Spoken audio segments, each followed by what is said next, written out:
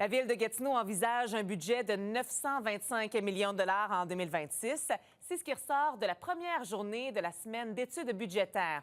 Et Louis-Charles, comme annoncé en campagne électorale, la taxe foncière augmenterait de 3 Exactement, là, 3 pour le résidentiel et 4 pour le non-résidentiel, tel que promis par la mairesse en campagne électorale. On note aussi une hausse de la taxe de bienvenue variant entre 0,5 et 1,5 pour les propriétés de plus de 500 000 $ Plusieurs tarifications vont aussi augmenter pour faire un rattrapage du marché, dit-on.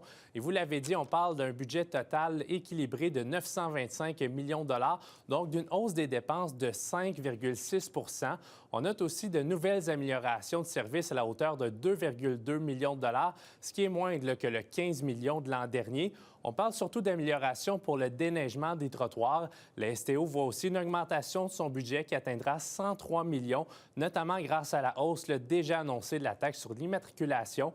Maud Marquis-Bissonnette décrit ce budget à la fois comme un exercice de rigueur, mais aussi d'ambition pour répondre aux besoins des citoyens.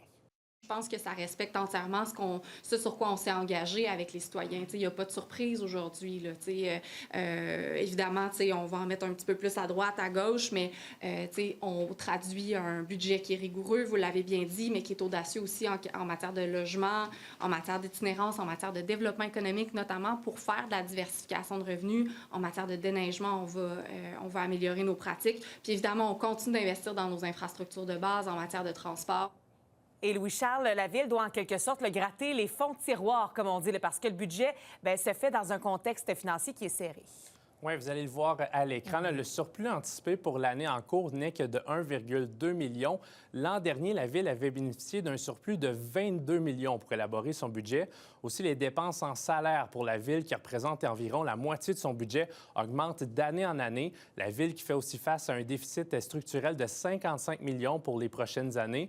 Pour tenter de faire des économies, la Ville a amorcé divers chantiers d'optimisation grâce auxquels elle prévoit dégager 5,8 millions en 2026. On a beaucoup apporté ça durant la campagne électorale, l'optimisation, mais je pense qu'un exercice, c'est nécessaire de revoir ligne par ligne où on peut faire les choses différemment. Puis, c'est notre devoir. La situation financière dans laquelle la Ville se trouve cette année, ce n'est pas une surprise ou ça ne devrait pas être une surprise. Depuis le plan financier long terme, nous savions qu'il y avait des années crunchy qui s'en venaient parce qu'il y avait des planifications de plusieurs dépenses importantes, mais aussi en raison du contexte économique qui continue à évoluer. Donc, je pense qu'il y a un travail de rigueur qui s'applique. L'étude du budget se poursuit demain à l'Hôtel de Ville. Il sera question, entre autres, d'itinérance et de développement économique. À noter que le budget doit être adopté par le conseil municipal le 18 décembre. Ça fait des grosses journées. À suivre, évidemment, avec toi, Louis-Charles. Bonne soirée. Merci, au revoir.